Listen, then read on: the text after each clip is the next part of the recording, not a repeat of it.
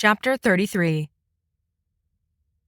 She told herself that there was no reason to be nervous, no reason for her hands to shake. This was just another arena battle. If she'd lost so many, it didn't really matter if she lost another. But it did, more than ever. This arena battle mattered. The battles commenced for the day, and as usual, hundreds of students filled the pits, gathering around the erected arenas and cheering for their friends, booing for their enemies. Her side was cold where Tsedong usually stood. She wondered if the dull ache in her heart would ever leave, or if she was doomed to mourn her friend until he returned or was killed. Even then, would the mourning stop? There had been no public announcement of Tsedong's desertion, even though Nianzu had informed the masters. When it was his turn for his arena battle, the master merely said, "Lian Delan will replace Feng Tsedong in the match." It made sense why they would want to save face. If news got out that one student had successfully escaped, there might be more who would try. Liena highly doubted there were many, but she couldn't imagine she and Tsedong were the only people who considered escaping. She stood at Nianzu's arena, watching him fight Jadala. They punched each other, and Nianzu tried not to blast his friend to bits. Liena now fully understood what the other students had meant that he held back. It seemed pitiful now that Nianzu fought like every other student and limited his magic use when he could obliterate his opponent and all the spectators with the sweep of his hand. He won anyway, even limiting his magic. She smiled, shaking her head to herself as she watched. After his battle, Nianzu sidled up to her, sweaty and stinky, and gave her a grin. "Excellent job," Liena said with a smile. "What, that?" Nianzu said, waving his hand dismissively and trying to rein in his smile. "That was, let me guess, nothing." His face split into a broad grin. She rolled her eyes. "Has anyone told you how arrogant I am?" said Nianzu. "Absolutely not. I'm the prince, remember?" She couldn't help her giggle. She pressed her hand to her mouth to hide it, but he saw. He lifted his gaze back to the arena, a self-satisfied smirk playing on his lips. "Ma, you'll never believe." Her smile faltered, however, when she caught a glimpse of a master in long black robes lurking on the edge of the crowd, silver-streaked hair falling past her hips, and one eyeless socket fixed on her. Liena's mouth went dry. She tugged on Nianzu's sleeve. He pulled his attention away from the combat before them to look at her. She tugged again, and he bent down so she could whisper in his ear. "Did you do anything about Master Gu?" she asked. "I informed the headmaster, who gave me some grief, but eventually sent a few masters to scour her quarters and office for any sign of black magic." "And?" "They found nothing." She blinked, mouth falling open. "Nothing? But then, how do we—" "Mao Shu and Song Liena." Liena's eyes flew wide. Sudden terror struck her as her head whipped to her left, seeing Master Zhang in black, standing beside Shu with a grim expression on his face. Shu, on the other hand, was grinning sweetly. When she met Liena's gaze, she lifted one eyebrow. And there was Master Gu, prowling not far away, in full view of the arena. It wasn't just nervousness about a battle anymore. Wasn't this about Tsedong? If so, why did Master Gu still look so devious? Not that Master Gu had ever looked not devious. Liena whirled and grabbed Nianzu's arm with both hands, turning frantic eyes up to him. "Nianzu, You can do this," he said firmly, peeling her hands off him. "I know you can." "No, you don't understand. I think—" "Song Liena!" shouted the master again. "Go on," urged Nianzu, squeezing her shoulder and giving her a little push. "I'm rooting for you." She didn't have time to explain what she was afraid of, but she needed him to know. Catching his arm again, she said frantically, "If something goes wrong, you need to intervene." His brow pinched, but he nodded. Of course. He didn't think he would need to intervene. Liena hoped he was right, hoped that she was afraid of nothing. After all, Zedong had already left, had already gone over the edge. There was no need for anything with Liena now.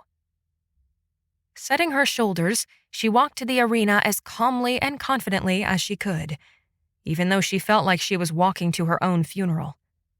Shu just stood there grinning, almost triumphantly, as if she had already won. Well, Shu hadn't won yet. Liena swung over the wall of the arena, landed with feet planted squarely in the sand. "Good luck," said Shu with a wink. "Let me guess," Liena retorted, not bothering to paste a matching false smile to her face. "I'll need it?" Shu laughed. It was a laugh of fangs and barbs. "I take it that His Highness likes a sharp tongue?" That's what this was about, wasn't it? The prince. Was that how Master Ku had convinced Shu to be complicit with her requests? "I think he doesn't care for pretense," said Liena. Shu's eyebrows lowered, her smile still firmly affixed. "I suppose barbarian rice farmers wouldn't have use for pretense." "Millet." "What?" "Millet farmers," said Liena. "If you're going to insult me, you ought to do it with the correct information." Her smile slipped as the whistle blew. Shu charged. Liena leapt out of the way, almost as surprised as Shu when she dodged a force field blow. Shu frowned, then charged again. Liena ducked, darting under her side to land a blow of her own. Shu blocked it with enough force to send her hurling backward, but Liena had surprised her, had almost gotten her. The first pounding of Shu's magic threw Liena straight to the ground, but just as quickly, Liena shot back up to her feet, blood throbbing, as Shu did exactly what Nianzu said, pausing to gloat instead of finishing her off. Liena attacked before Shu fully returned her attention to her. Shu's training instinct must have kicked into high gear because she whirled and hammered Liena into the ground before backing off to give her time to get to her feet. "You've only lost when you stop getting up." Liena growled, got up, kept fighting. This time she was knocked down again even faster. "I don't care who you think you are," Shu snarled in her ear, "but princes aren't for dirt like you." "Isn't that for the prince to decide? It's for the glorious emperor to decide, you phoenix-scorched idiot." "Do you think the glorious emperor will choose you?" Liena asked. Shu slammed her into the dirt. "It certainly won't be you. You're a failure, and you're going to keep failing as long as you're here." "Oh," was all she could manage as her mind grasped for any possible advantage or leverage she had in this situation. "Because you're dirt. You're nothing. You came late to the academy. You're behind. You came from nowhere. You have no connections, hardly any magic, and you are half barbarian. You have enemy blood in you." Shu slammed her face into the ground. Blood spurted as pain burst across her senses. Stars spun. Black closed in. "But if I can do it," Liena grunted, "then so can anyone else. You've only lost when you stop getting up." "Master Zhang!" came a booming voice, Nianzu's voice. "This has gone too far." Shu wasn't trying to win. She could have won many times by now. She was trying to kill. It just didn't make sense. Why? Why would Master Ku care about her now that Zedong was gone? Oh. Liena knew about Master Ku's illegal magic. She had sent Nianzu to investigate. It was Liena's fault that Master Ku was now under suspicion, and as long as she was alive, she posed a threat to Master Ku. "I volunteer as champion," Nianzu cried, his face a mask of fury as he swung himself into the arena. There were gasps, as though no one thought the Crown Prince would stoop to being a champion for her. Shu raised an eyebrow as Liena gasped in relief. "Here to rescue your helpless lady love?" Shu taunted. "What a target she'll be, An emperor's consort who has weak magic, who can't defend herself, who will dilute the magical lineage. The thought. Shu, Nianzu warned.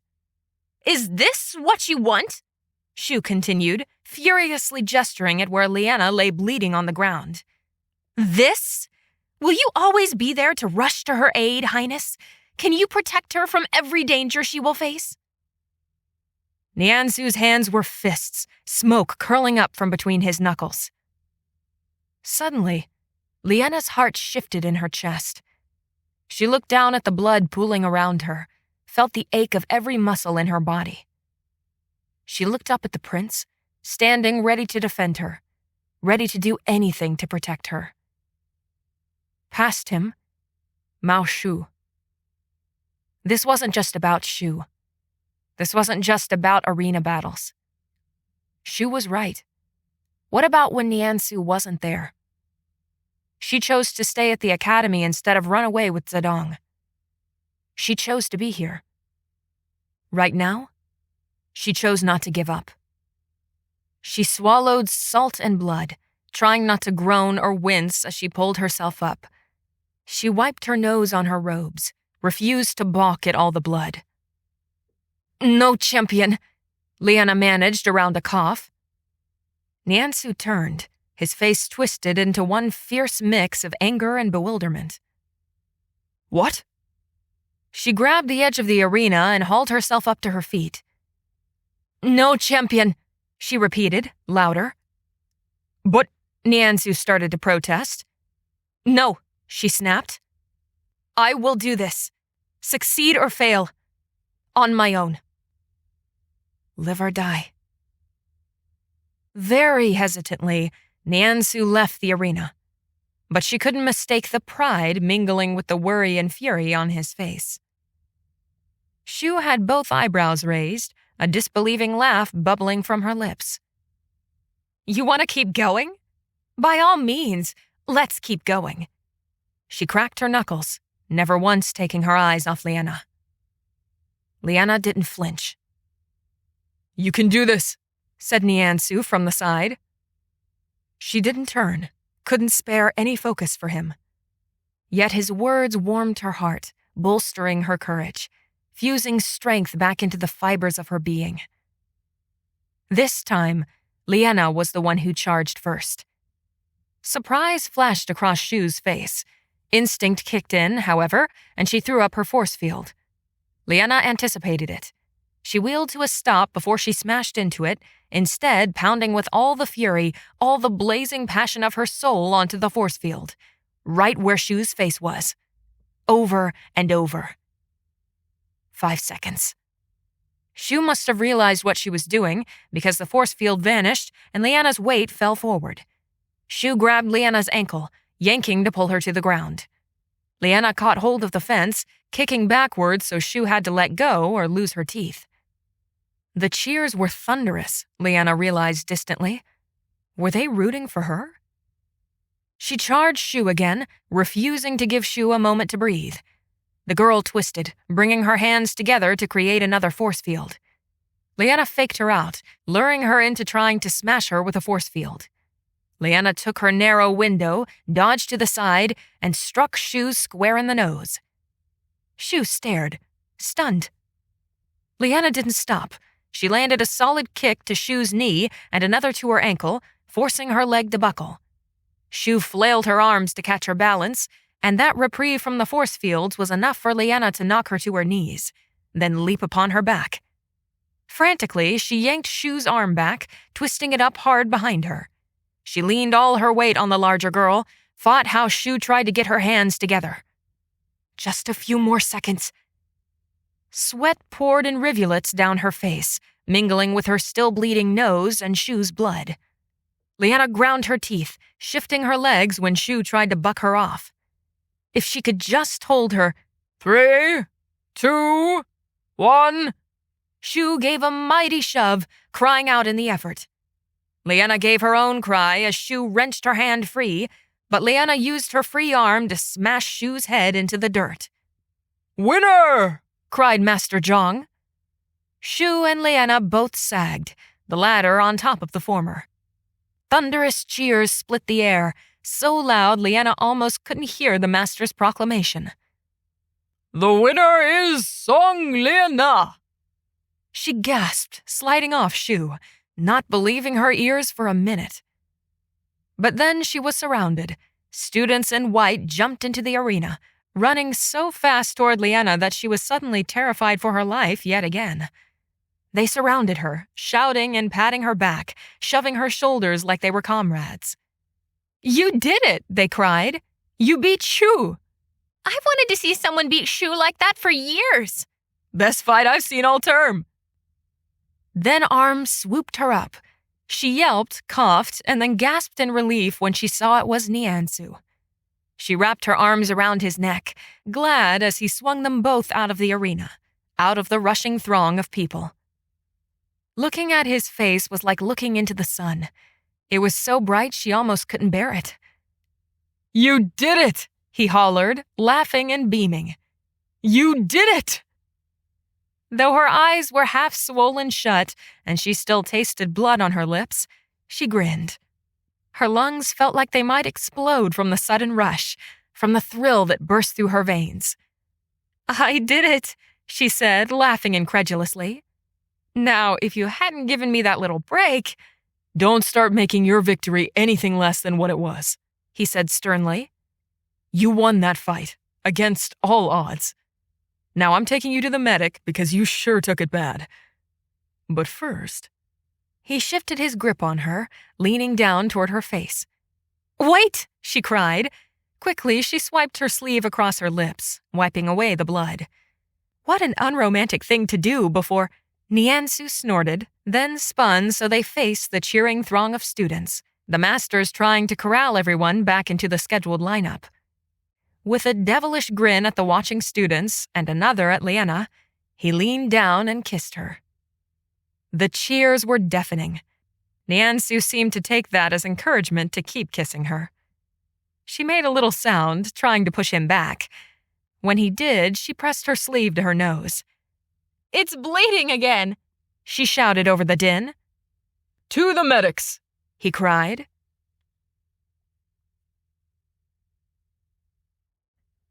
Chapter 34. Liena felt like her face was one huge bandage. It was especially awkward to be tended alongside Shu, who hadn't stopped scowling since she limped into the infirmary. The prince hadn't been able to wait outside the entire time, but he promised to come back the minute he heard she was done. Now, with bandages around her ribs, face, and hands, she slipped outside. Her first thought was to sneak back into her dormitory to try and get some extra rest before classes tomorrow. Her second thought was to hunt down Nianzu, perhaps convince him that they needed another celebratory kiss now that she wasn't bleeding. Then she would go rest. But then she saw a gray and black head slip quickly into a side hallway. Liena frowned. Had Master Ku been watching for the moment when she was done with the medics? What was she to do? Even though she looked ridiculous, even though the rational part of her mind told her she ought to find Nianzu, she darted into the hallway Master Ku had vanished into. If she didn't go now, she might lose her. Perhaps she could find out where Master Ku hid her black magic. Her body ached, needed to recover. Her nose especially. But she couldn't miss this chance. Sunlight streamed through the windows, casting on emerald green mosaics on the floor, the red-painted beams on the ceiling, and pillars lining the hallway. The light refracted off chips of the mosaic, casting little rainbows on the opposite wall. No sign of Master Ku. Liena had to tilt her head extra far each way to get a clear view of the area, due to all her stupid bandages. She frowned, hurried forward softly. When the hallway intersected with another one, she peeked around the corner and was rewarded with a shadow slipping away at the far end. Moving faster, she scurried along after, her heart's rhythm picking up with each step. Down deeper into the less populated areas of the academy, Liena followed Master Ku. Eventually, she realized with a mix of fright and thrill that this was the same place she had followed Sedong. Her unease mounted with every step, leapt several paces ahead when she watched Master Gu head down the very same dark, stony corridor where the Moi Gui were held prisoner. Heart in her throat, she crept up slowly to the corner, almost not wanting to peek around the edge. She was beginning to thoroughly regret her decision to not find Nianzu first. Mustering up her courage, she leaned forward, fingers gripping the plastered wall. There was Master Gu, whispering to the tall, cleft-chinned master she'd overheard twice now. Liena's brow knit as she watched. Master Gu was scowling, gesturing with her hands back the way they'd come. The other master stared back, his face very angry. "Then we have to get rid of her another way," he said clearly. "Now that the headmaster has been tipped off, things could go south very quickly." Her? As in, Liena? She needed to get out of here. She pulled back from the hallway, turned, and broke into the fastest and quietest run of her life. It wasn't quiet enough, however. "Hey!" came a shout from behind her. "Stop right there!" She didn't stop. She would have been an idiot to stop. Shock blazed into her leg. Liena gasped, buckling over her throbbing leg. She sprawled on the ground, and the moment she tried to get back up to her feet, another bolt of pain lanced her elbow. A lightning wielder. Liena cringed, trying to scoot away as she watched Master Gu and the second master stride toward her, the latter with 2 fingers pointed toward her. "One move," said Master Gu, "and he kills you." "Not ideal," coughed the other master. "Traceable." Master Gu shot him a look, which he returned evenly. She doesn't need to know that. Liena stared, inching back with each breath despite how her arm and leg ached. How could she escape with them so near, so much stronger than her? And while she was injured, no less. What pushed to the forefront of her mind, however, wasn't her own safety, but a desperate need to understand. "What did you do to Zedong?" she seethed. "We introduced him to black magic," said the tall, thin master without preamble. Master Gu shot him a look of horror. "Why are you telling her?" "She deserves to know why we need to kill her." Liena pursed her lips. She tried to keep her hands from shaking too much, tried to keep her voice steady when she asked, "Why?" "To see what it's capable of," he said. "Black magic is much more powerful than this sort of thing." He pointed the fingers of both of his hands at each other, and a tiny bolt of lightning burst between them. "Our magic is limited. Black magic is not." "This has nothing to do with why we have to kill her," said Master Gu. "But why Zedong? Why not just explore it yourselves?" He scoffed. "Because it's illegal. Our lives would be completely upended if it was discovered that we'd touched black magic. But we haven't. Only Zedong has." That's what they had meant when they talked about an experiment. Liena was suddenly dizzy. "What is black magic?" she asked softly. "It's a complex art that makes use of magical plants, spells, and other sorts of things." "How did Zedong get those things if you never use them?" "Oh, we used the supplies, just did so safely, according to the textbooks." Liena shook her head, her mind spinning far too fast.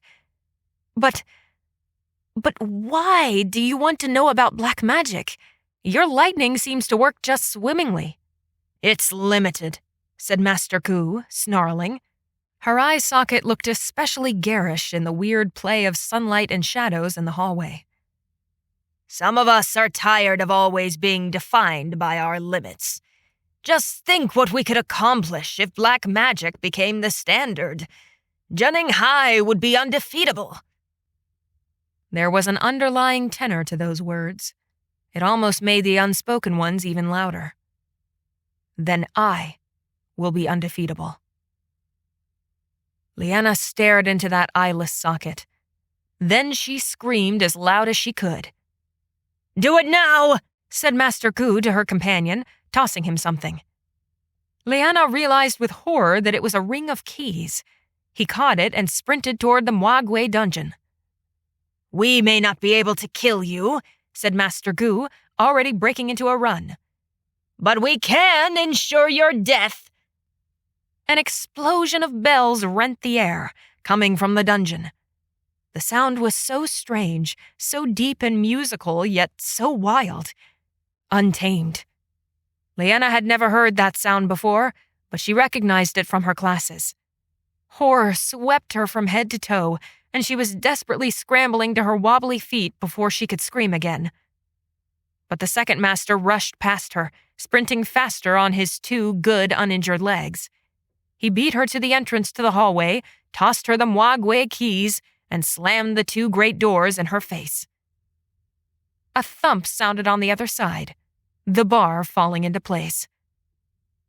Liena threw herself at the door, screaming as loud as she could while pounding the ornate wood.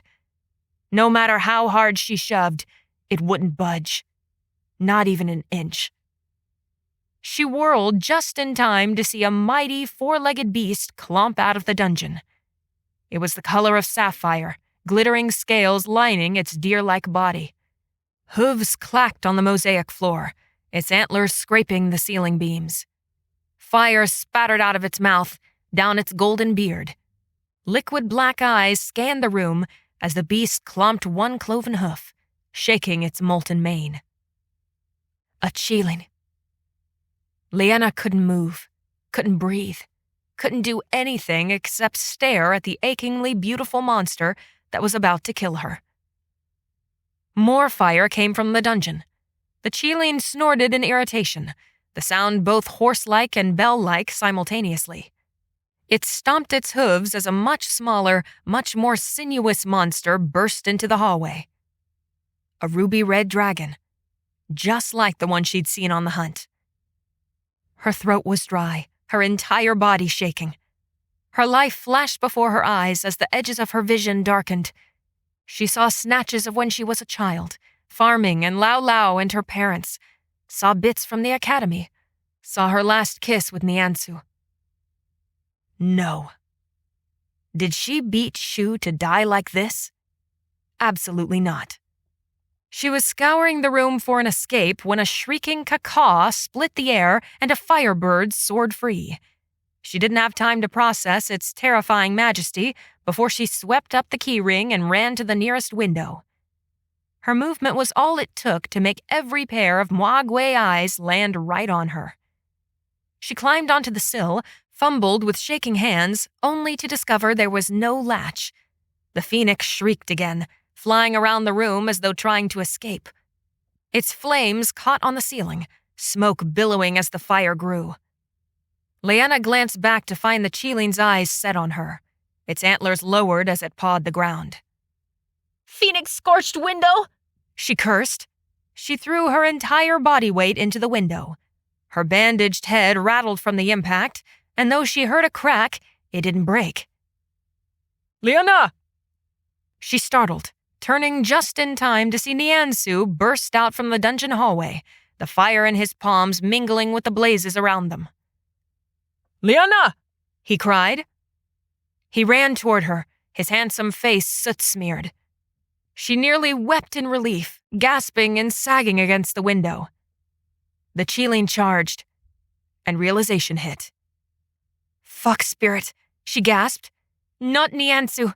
Fuck spirit!" She threw herself against the window again, choking on flames and smoke as 2 Mwagwe charged her.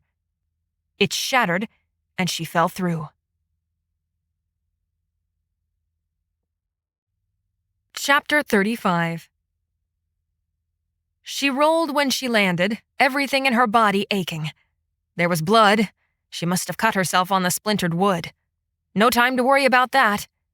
In a second, she was on her feet again, and that was the same second the phoenix burst through the window. Smoke billowed out from behind her. She heard the roar of bells, the stamping of hooves, the shriek of the phoenix overhead. The firebird dove for her. She screamed and ran. The garden. She was in the garden. The paths were twisty, cutting through cherry trees, gazebos, and lotus ponds. She needed to get help, needed people stronger than her who could corral these monsters back into their cells. She still clutched the keys as she ran, clutched them like they were her only prayer for salvation. The phoenix swooped low, diving in front of her. She skittered to a stop, stared into molten eyes, and saw her death when its beak opened, and fire burned in its throat. She leapt, straight into the lotus pond. Fire surged into the water, evaporating into a column of smoke above her. She held her breath, swimming as far away from the phoenix as she could get. When she had no more air, she shoved up to the surface, gasped, and ducked barely in time before more fire pelted where she had just been. The pressure and heat knocked her down to the bottom. Under the water, its shrieks were so distant, so echoey. That didn't stop her heart from racing, her hand from clenching around the rusted keys. Her lungs burned with the need for air. The phoenix circled, and she thought her lungs would burst in her chest. Fire streaked across the sky, and Liena couldn't wait any longer. She swam to the top, gasping as she broke the surface. A hand grabbed her arm and yanked her out of the pond. Liena! Cried Nianzu's voice. Oh, fathers, you're... She screamed, lurching out of his grasp. Fox spirit! She shrieked. She didn't stop running, not until a hand caught her around the waist and pinned her sopping self against a dry, warm body. I'm not a fox spirit, he growled. Are those the keys for the Mogwai? Give them to me. No, I can't trust. In a flash, Nianzu pulled out a knife from his belt and sliced it across his finger. Blood welled at the wound, and he pressed it into her palm. The blood remained when he pulled away. Not a fox spirit, he said, breathless. Give me the keys. She handed them over, shivering in the icy wind. What do I... Rally the other students, Nianzu called over his shoulders as he ran toward the window she'd just broken out of. This is what we've trained for. Gritting her teeth against the cold, she turned and ran toward the pits. Behind her, she heard the cacophony of bells, heard a swooping shriek overhead. Ahead, she saw fire. Mogwai fire. Liena burst through the nearest door and found herself in the girls' dormitory. When she swung open the first door, she found a group of girls bunched together and hiding. Get up, Liena cried, water dripping off her nose. Arm yourselves! You must defend our home! She didn't wait to see if they followed. She raced through the dormitory, shouting at anyone she could find. It wasn't until she was racing down the next hallway that she heard footsteps behind her, that she realized there were actually students rallying behind her. Hurry! Liena cried. When she wrenched open the library doors, she found a few students quietly studying. Mogwai attack! She shouted. To arms! The pits were a screaming mess. The phoenix had already struck. Arena fences were in flames, students screaming everywhere and masters hastily arming themselves. If Liena ever became queen, she would do whatever she could to set a better emergency protocol in place here. Growling under her breath, she ran into the billowing smoke of the pits. There was a boy no older than 9 curled up in a ball on the ground, hands covering his head. Get up! She said, grabbing his arm and dragging him to his feet. He let out a cry, and she realized that his face was burned. Hissing, she shoved him toward the complex. Move! Don't stay in the danger zone! She found Gia next. The girl had a loaded jian in her grip, and she was trying to aim at the phoenix tearing across the sky. Get the wounded! Cried Liena. We need to get the wounded out of danger! Gia's eyes turned to her, frantic and wide, with tears leaking. I can't hit it! Help me with the wounded! Something seemed to snap in place inside Gia's mind. Her gaze cleared, the panic shifting into determination. Juan ran by just then, and Gia tossed him her weapon. He caught it, saluting her as he kept running. There's someone! Gia shouted. She and Liena ran forward, each hooking arms under the burned victim's armpits to drag her. But Liena almost froze when she saw the woman's face. Only one eye. Is she dead? Gia asked. The tears returned to her voice. Don't know, Liena growled. Hurry. They ran back and forth from the pits until they dragged everyone to safety inside. Several times they had to stop and take cover when the phoenix flew by again. But by now the students had rallied themselves. Everywhere, archers stationed themselves and shot at the phoenix. When Liena ran back into the gardens, which were now demolished, more students and masters were fighting the Qilin. The dragon was already dead, a knife between its shoulders. Nianzu had a rope around the Qilin's neck, and Shu was at his side, fending off the beast's fire with her force fields. Wan had caught its legs in vines, and as she watched, he sent more shooting up to clamp around the Qilin's muzzle. More masters ran forward, wrestling the beast through the garden. Nianzu grunted with effort, his face strained and the muscles of his forearms taut.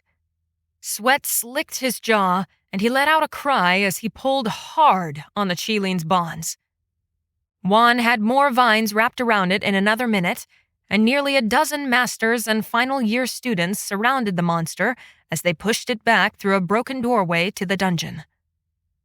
Liena and Gia ran to help the wounded strewn around the garden in various stages of pain and injury. They didn't stop until each one was safe, and the medic team was tending their wounds.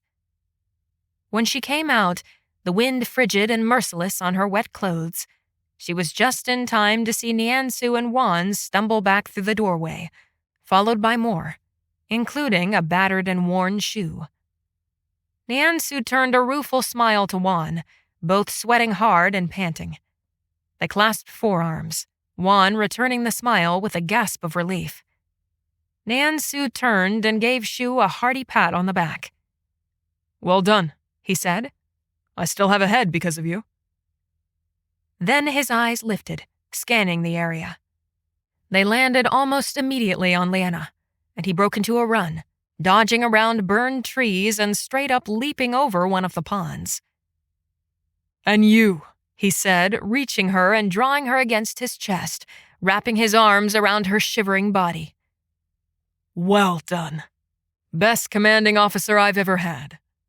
She laughed. He pressed a kiss to the top of her head and growled, You are going to tell me what in the 7 valleys happened, because I am livid. Somehow, that only made her smile widen as she pressed closer to his warmth.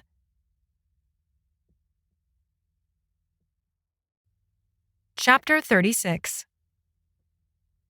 The candle flickered, sending shadows of her scribbling quill dancing along the wall of the empty library. Everything was peaceful at the academy during festivals, and after the wild year and the aftermath of the Muagway battle lingering for several months, Liena was glad to study in quiet. Missing my graduation? I'm quite wounded. She gasped, pressing a hand to her leaping heart as she looked up from her studies.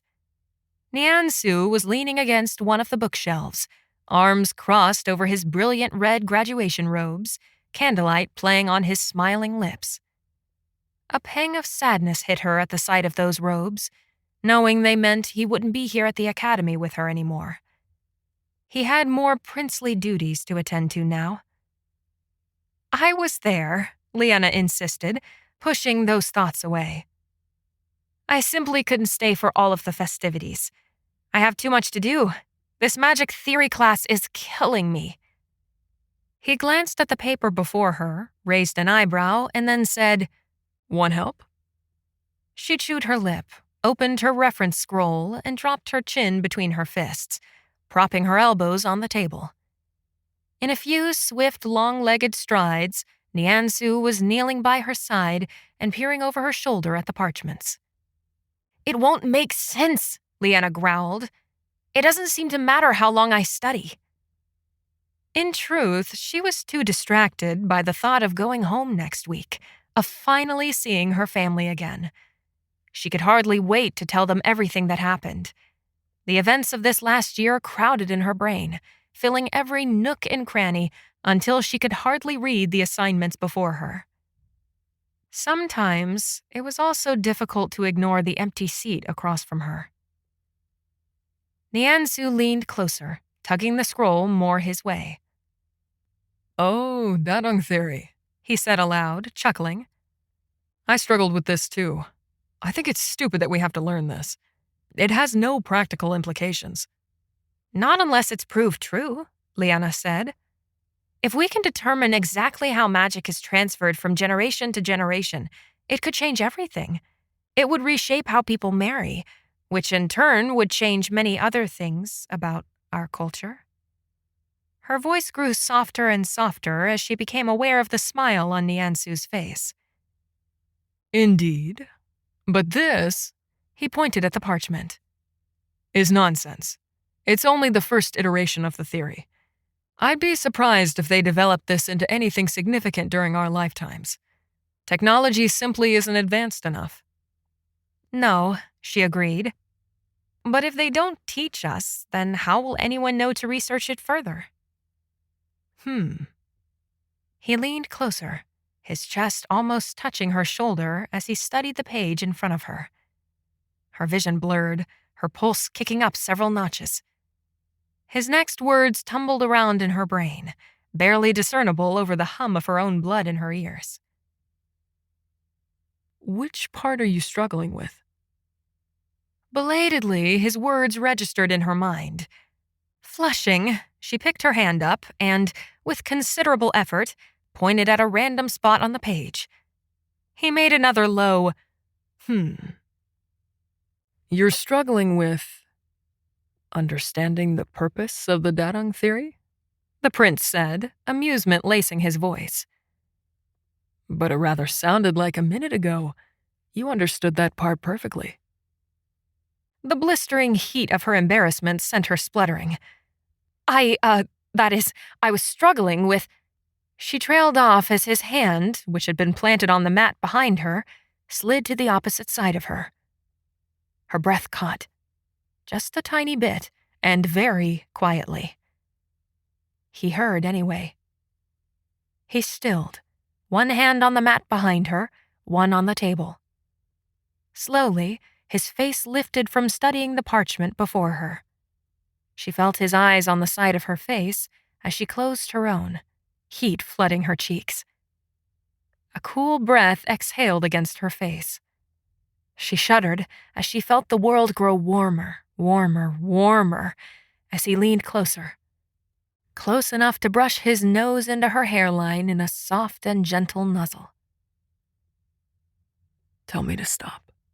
His deep voice whispered above her ear. She didn't. She couldn't. Not as he continued nuzzling her cheek, the skin just next to her ear, and not as he pressed a kiss to her temple. Her throat was as dry as the library around them, near ragged when she tried to summon her voice. She was certain her face was the reddest and hottest it had ever been in her life when she gasped, "Not in 1,000 years." His laugh was surprised. He tilted her face toward his and kissed her soundly. Just think, he said, pulling away with an impish grin. In a few years, you'll be wearing the red robes, an academy graduate yourself. She gave a rueful smile. Sometimes it feels like it's 1,000 years away. It'll come quickly. And when it does... He wrapped both arms around her and let out a contented sigh. Then I will make you my queen. Liena wasn't sure she would ever get over those words. Her mind almost didn't seem to fathom their meaning, accepting denial instead. But then she remembered her visions of that girl standing next to him. At the time, Liena hadn't wanted to admit it. She was too afraid her foolish heart would run ahead of itself. Yet no matter how much she denied it, she had always known the truth from that very first vision. The girl in her visions had been her daughter, and Nianzu's daughter. Though most of her face was Liena's, her chin and the subtle strength of her jaw came from him. She would never forget the elegant robes the girl wore, or the way Nianzu had smiled fondly down at her. It would happen, and if her other vision was to be trusted, her daughter would know Zedong. "You're very certain the glorious emperor will approve? Of me?" Nianzu waved his hand dismissively. He won't care. He thinks I'm going to have 100 wives, like he does. So he won't have a problem with it. "That's devious." He laughed. It gets even more devious. I'll refuse to marry anyone else. And then when my father passes on to the next life, when I'm the glorious emperor, I'll make you my queen. No one will be able to challenge it. "Seems like you've got this all worked out," she mumbled, unable to help her blush. Oh, yes. I could think of nothing else until I worked out the plan. Which, by the way, was long before you noticed me. "Before I noticed you?" she cried, scoffing. He grinned. How could I not notice the pretty new seer with her pretty accent facing off the entire academy? I've been rooting for you since your first day. But let's get back to Dadong theory, so you can graduate faster. He pressed one last kiss to the top of her head. I'm ready to make you my queen. Chapter 37. Liena never thought she'd nearly swoon at the sight of millet heads waving in the summer breeze, the hours of seemingly unending harvest beckoning.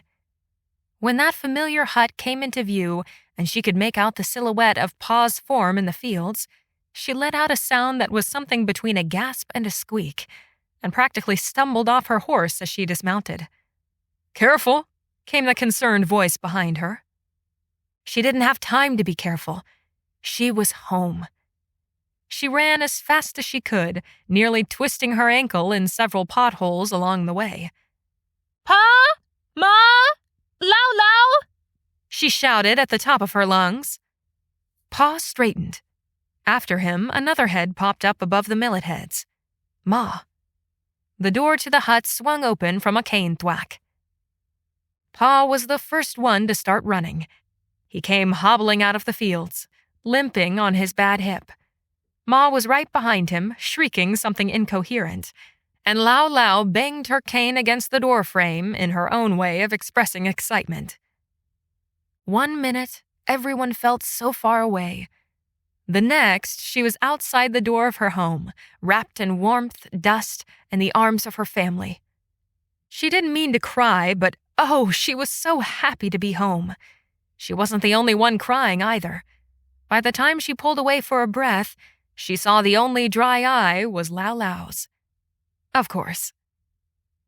"We didn't know when we would see you again," cried Ma.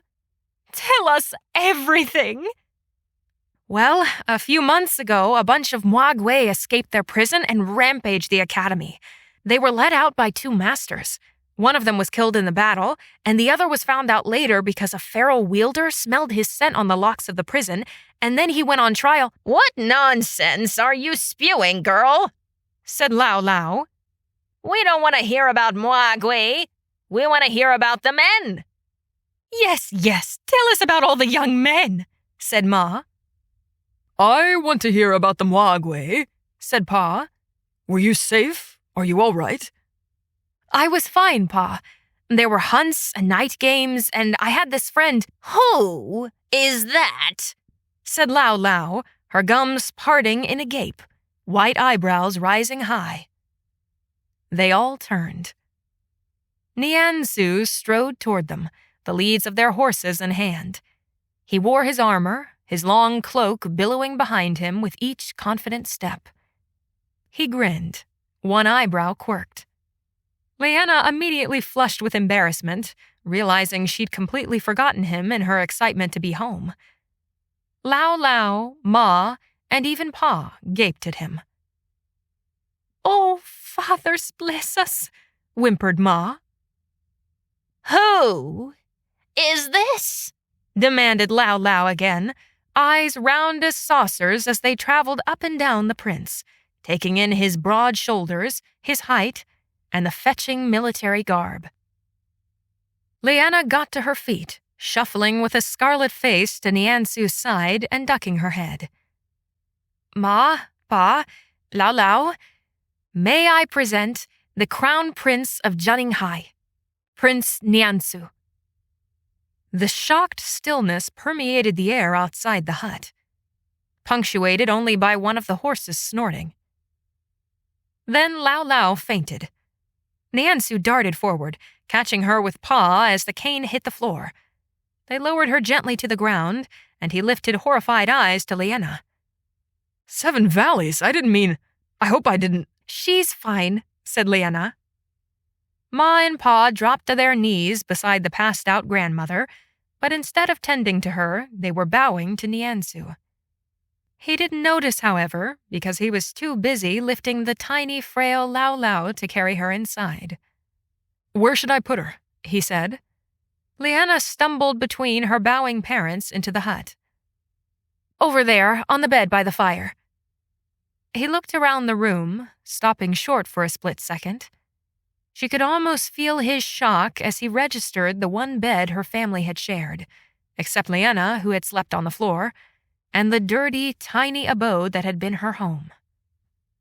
But he overcame his surprise so quickly, she almost doubted she'd seen it at all.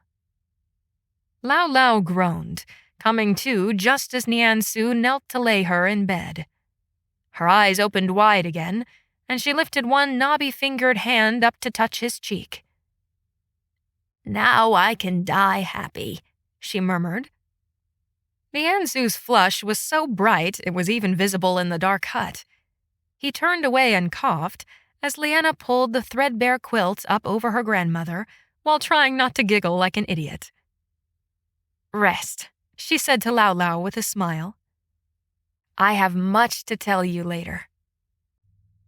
If you would like to download a bonus epilogue, go to anastasisblythe.com/Nianzu to read. That's ANASTASBLYTHE.com/NIANZU. And don't miss Guardian of Talons and Snares, the next romantic installment in the Zhenninghai Chronicles. This has been Maiden of Candlelight and Lotuses, the Zhenninghai Chronicles. Written by Anastasis Blythe. Narrated by Talon David. Copyright 2021 by Anastasis Blythe. Production copyright by Anastasis Blythe.